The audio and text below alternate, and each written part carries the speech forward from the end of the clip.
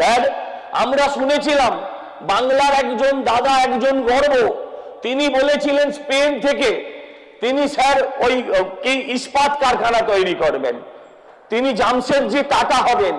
Sir প্রথমে দেখলাম সেটা ওই কোথায় ছিল, ঝাড়গ্রামের ওদিকে কোথায়, জঙ্গলমহলে।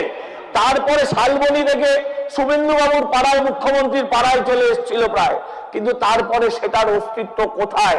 তাদেরকে ডেকে এনে এই সদনে সেই প্রশ্ন করা হোক, কারণ বাংলার মানুষ গত 15 বছর ধরে প্রতারিত হয়েছে প্রতিদিন প্রতি রাতে। স্যার আমি আপনার কাছে বলবো যে এই বাজেট ওই স্পেনে গিয়ে কুণালদাও হাঁটতে একটু দেখিয়ে দেবেন, কুণালদা পরে কিরম ভাবে পেছনের দিকে হাঁটা যায়। গত 15 বছরে এক এক করে বাংলাকে ক্রমশ পেছনের দিকে টেনে নিয়ে গেছে। স্যার এই যে আমরা এখন সবাই ওয়ার্ল্ড কাপ দেখছি না, 48 খানা দেশ স্যার, 48 খানা দেশ স্যার একটা ওই 5 কিলো সোনার কাপের জন্য, সেটাও আবার 18 ক্যারেটে মারামারি করছে, আর যাদের কোনো ভূমিকা নেই আমরা স্যার সেটা দেখছি। স্যার একটু সময় দেবেন স্যার, আমি বলছি এদের ঘরে রেড করা হোক, এদের ঘরে ঘরে রেড করা হোক স্যার, এদের ঘরের বান্ধবীদের ঘর থেকে কাপ ডিশ সোনার প্রচুর বেরোচ্ছে স্যার।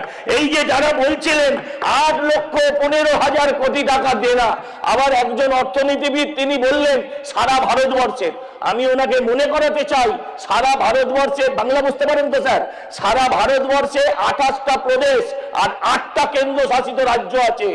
আপনার ঋণ গত 2011 সাল থেকে আজ অব্দি 6 লক্ষ কোটি টাকা, একটা রাজ্যও দেখাতে পারবেন না যেখানে এই পরিমাণ লোন নেওয়া হয়েছে। স্যার আমি আপনাকে বলবো, এই তো কুণালদার ডিমে ভীষণ অ্যালার্জি, কারণ ডিমে ভীষণ এনার্জি।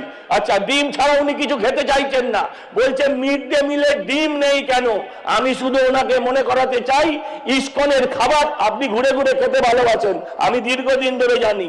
আমি বলছি একদিন মিড ডে মিলের খাবার খেয়ে আসুন বর্তমান, আর একবার ইসকনের খাবার খেয়ে আসুন, তারপর আপনি এই প্রশ্ন করবেন না।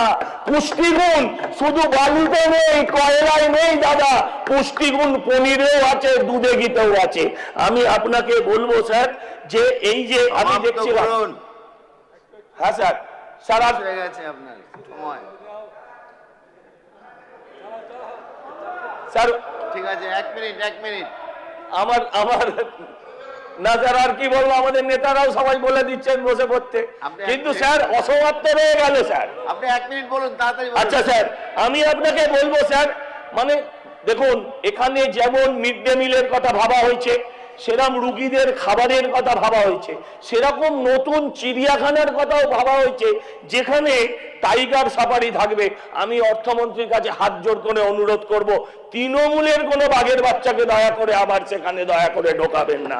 আমি আপনাদের কাছে বলবো যে দেখুন স্যার, এখানে আমরা প্রতিনিয়ত সিভিক ভলেন্টিয়ারদের বিরোধিতা করেছি, এখানে আমরা সিভিক ভলেন্টিয়ারের কথা ভেবেছি, এখানে আমরা আইসিডিএস এর কথা ভেবেছি। আমি এখানে বলছি যেটা আপনার সুইচ আমি অফ করে দিয়েছি, আপনার 2 মিনিট আমি কেটেছিলাম, আপনাকে 2 মিনিট বাড়িয়ে দিয়েছি।